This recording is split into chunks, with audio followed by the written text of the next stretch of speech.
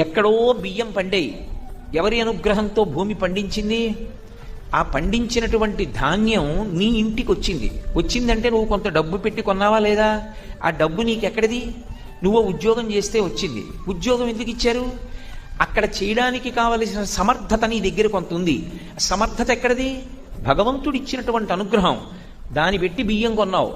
అగ్నిహోత్రం మీద అన్నం ఉడికేట్టుగా చెయ్యాలని నిర్ణయం ఎవరు చేశారు? పరమేశ్వరుడు చేశాడు.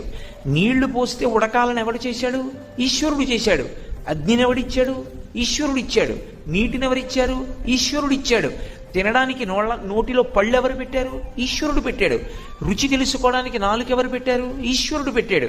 ఈ కంఠంలోంచి జారి కడుపులోకి వెళ్ళిపోతే పప్పు, కూర, పులుసు, పచ్చడి, పులిహార, చక్కెర పొంగలి, పెరుగు అన్నీ కలిసిపోతాయి. కానీ ఇన్నీ కలిసిపోయిన పదార్థాన్ని లోపల ఎవరు పచనం చేస్తున్నారు? పరమేశ్వరుడు పచనం చేస్తున్నాడు, శక్తిగా మారుస్తున్నాడు. ఓ మనసా, ఆయన కదూ ఇవాళ ఈ కంచంలో అన్నం నీకు పెట్టినవాడు. నీ ఆకలి తీరడానికి ఆయన కదూ కారణం. ఆయనకు ఒక్కసారి నమస్కారం చేసి